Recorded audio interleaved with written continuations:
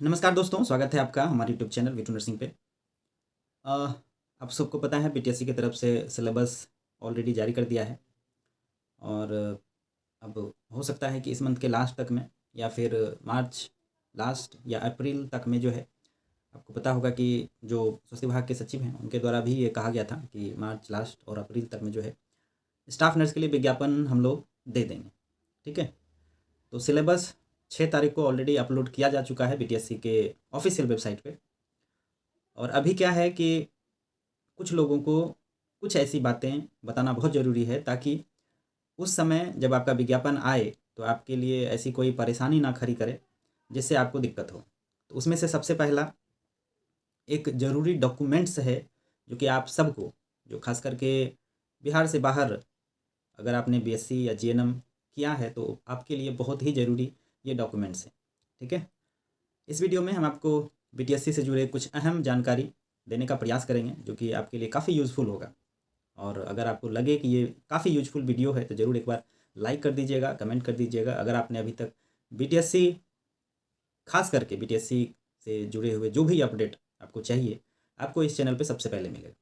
तो आप चैनल को ज़रूर सब्सक्राइब कर लीजिएगा ताकि फर्दर अपडेट आपको मिलता रहे। ठीक है, तो हम बात कर रहे हैं आईएनसी लेटर की।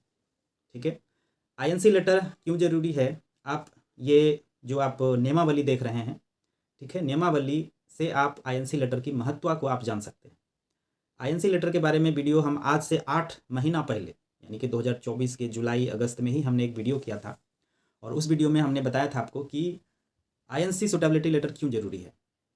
ठीक है, और जब आप अभी यहाँ पे आप देख रहे हैं कि नियमावली में इसको ऐड कर दिया गया है तो इसकी जो महत्व है वह भी बढ़ जाती है।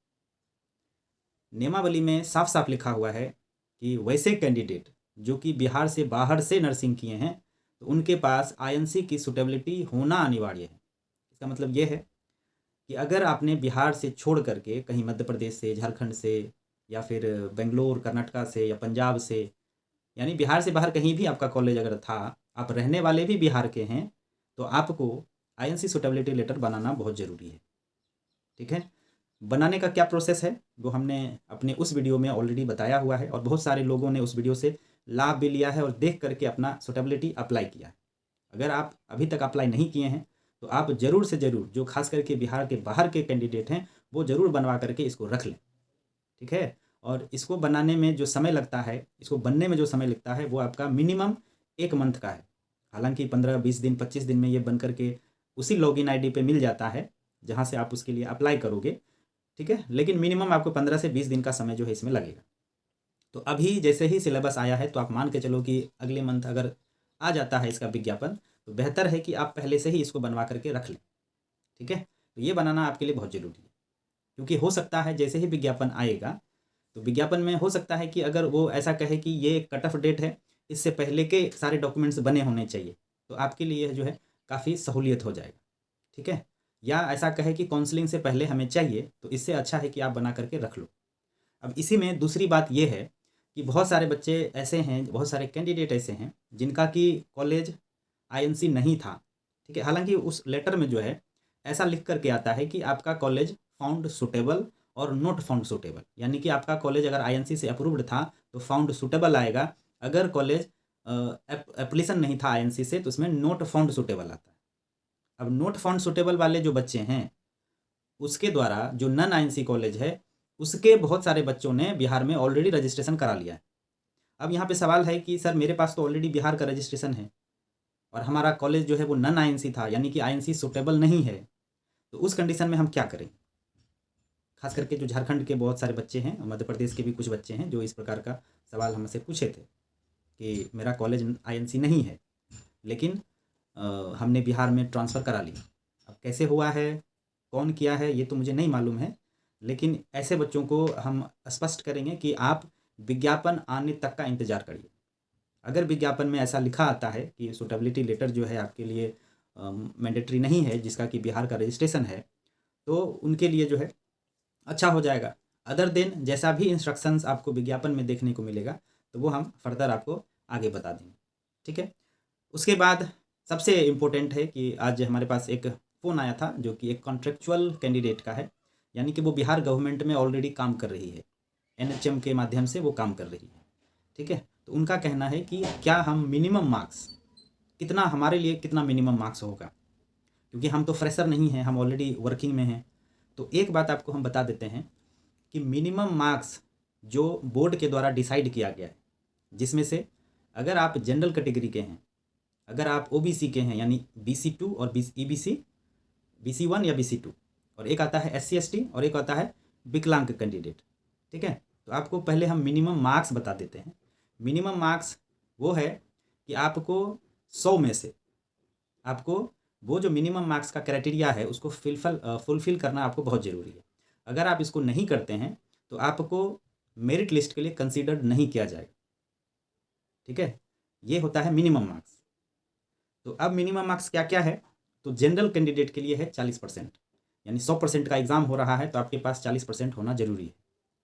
जो BC2 वाले लोग हैं, BC2 के लिए 36.5%, ठीक है, 36.5%। उसके बाद जो BC1 वाले कैंडिडेट हैं यानी कि EBC के जो हैं या MBC के हैं, उनके लिए है आपका 34%। ठीक है, और 3 कैटेगरी है आपका विकलांग का है, SC ST का है, उसके लिए है आपका 32%। यानी 100 नंबर में इतने नंबर यानी 40 नंबर, 36.5 नंबर, 34 नंबर और 32 नंबर, ये लाना आपके लिए ज़रूरी है। अब बात करते हैं कॉन्ट्रेक्चुअल वाले के लिए क्या होगा। तो कॉन्ट्रेक्चुअल वाले के लिए तभी आप काउंट किए जाएंगे जब आप ये मिनिमम मार्क्स क्राइटेरिया को फुलफिल करेंगे। यानी आप कॉन्ट्रैक्ट पे भी हैं, आपके पास अगर 25 अंक का मार्क्स भी है, बोनस मार्क्स आप जिसे कहते हैं, 1 साल का 5 नंबर आपको मिलता है, अगर 25 नंबर भी आपके पास है और आपने ये मिनिमम मार्क्स नहीं लाया तो आपका ये 25 मार्क्स जो है कोई काम का नहीं रहेगा। यहीं पे अगर आपका 40 मार्क्स, अगर आप जनरल से हैं, 40 नंबर आ गया तो आप जो मिनिमम क्राइटेरिया है उसको पार कर लिए हैं। उसके बाद डायरेक्ट आपके जो मेरिट मार्क्स होंगे उसमें 25 पॉइंट जुड़ जाएंगे। ठीक है, तो ये आपके लिए काफ़ी अच्छा होगा। अगर आप कॉन्ट्रैक्ट पे काम कर रहे हैं और आपने मिनिमम क्राइटेरिया फुलफिल नहीं किया है तो आपके लिए आपका बोनस मार्क्स किसी काम का नहीं है। आप इस बात को ध्यान रखिएगा, हमने इसके बारे में पहले भी बता रखा है।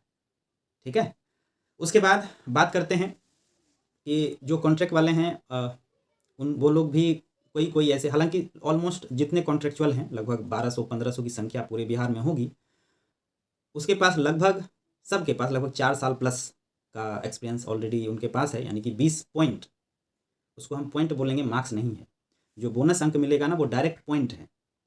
ठीक है, और अब गणना कैसे होगी हम इस पर थोड़ा सा चर्चा कर लेते हैं कि जो फाइनल मेरिट बनेगा BTSC के द्वारा वो किस प्रकार से बनेंगे। ठीक है, एक तो BTSC का अपना एक नियमावली है, उसके लिए भी हमने एक वीडियो किया हुआ है ऑलरेडी। BTSC का अपना एक नियमावली है और स्वास्थ्य विभाग का अपना एक नियमावली है। तो BTSC का जो अपना नियमावली है उसके तहत कुछ ऐसे गुना करके मान लेते हैं कि 10,000 सीटों पे वैकेंसी आई है, तो जो मिनिमम मेरिट है यानी मिनिमम जो क्वालिफाइंग कैंडिडेट है वो कहीं कहीं पे 1.25 गुना है, कहीं कहीं पे 2.50 गुना है, यानी कि हम इतने गुना अधिक कैंडिडेट को काउंसलिंग के लिए बुलाएंगे।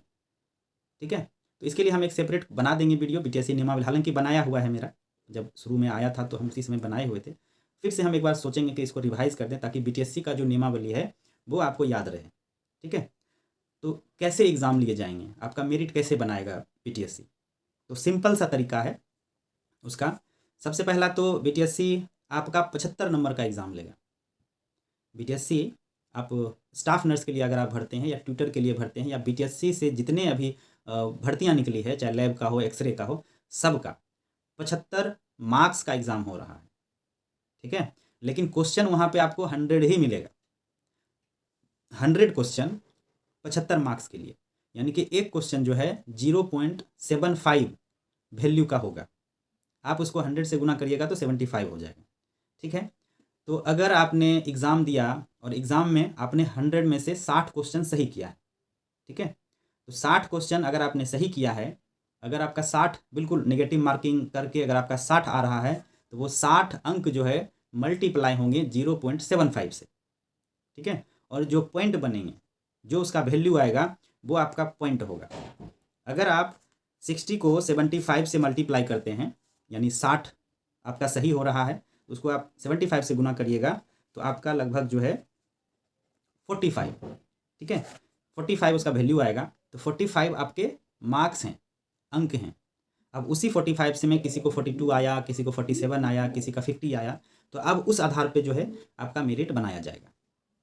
ठीक है, इस प्रकार से बीटीएससी का अपना एक नियम है। हालांकि विज्ञापन में वो साफ साफ लिखा हुआ है, अभी आप देख लीजिएगा किसी भी का एक्सरे का आया हुआ है, ईसीजी का आया हुआ है, लैब टेक्नीशियन का आया हुआ है, तो उसके जो प्रारूप हैं सेम उसी तरह से आपका स्टाफ नर्स का भी प्रारूप रहेगा, कुछ भी अंतर नहीं रहने वाला है। अंतर सिर्फ सुटेबिलिटी को लेकर के रहेगा। आईएनसी सुटेबिलिटी को जब नियमावली में ऐड है तो नियमावली के अनुसार ही भर्ती को पूरी की जाती है। ठीक है, तो फिलहाल इतना सा ही हमारे पास बहुत सारा ऐसा रिक्वेस्ट आ रहा था कि हम क्या करें, इस तरह से बेटर मैटर है। ठीक है, तो हमने आपको बता दिया है। अब फिलहाल अगर आप इसके लिए अभी भी आपके मन में किसी प्रकार का डाउट है तो आप हमें कमेंट जरूर कीजिएगा, और हम छोटे छोटे वीडियो के माध्यम से आपको उस सारे डाउट को क्लियर करने का प्रयास करेंगे। ठीक है, बाकी ये वीडियो आपको कैसा लगा हमें ज़रूर एक बार कमेंट करके बताइएगा। अगर किसी पॉइंट को हम समझाने में नाकामयाब रहे तो एक बार ज़रूर कमेंट कीजिएगा, ताकि हम अगली बार उसको और अच्छे तरीके से आपको समझा सकें। बाकी अभी एक ही काम है आपका, वो है आपका तैयारी, पढ़ाई, लगे रहिए, मेहनत करते रहिए। बहुत अच्छा अपॉर्चुनिटी है इस बार आप लोगों के लिए, और जो टेक्निकली जो आपको दिक्कतें होगी वो हम आपके लिए समय समय पे वीडियो लाते रहें। ठीक है दोस्तों, चैनल को ज़रूर सपोर्ट कर दीजिए। मेरा काफ़ी ज़्यादा अभी जो चैनल का जो रीच है बहुत कम हो गया है। अगर आपको लगता है कि नहीं हम आपके लिए हेल्पफुल हैं तो हमारे चैनल को ज़रूर सपोर्ट करिए, अपने दोस्तों को बताएं, ताकि चैनल में जो है जान थोड़ा सा बची रहे। ठीक है, अभी हालांकि काफ़ी ज़्यादा बिजी शेड्यूल है, फिर भी हम एक छोटा सा टाइम निकाल के आप लोगों के लिए वीडियो बनाते हैं, और आगे भी बनाते रहेंगे। लेकिन जल्दी ही आपको इसी चैनल पे बहुत अच्छा अच्छा कंटेंट, और आपके मन में जैसे ही किसी प्रकार का डाउट आता है तो हम उस तरह के उस डाउट को क्लियर करने के लिए समय समय पे वीडियो लाते रहें। ठीक है दोस्तों, थैंक यू, धन्यवाद।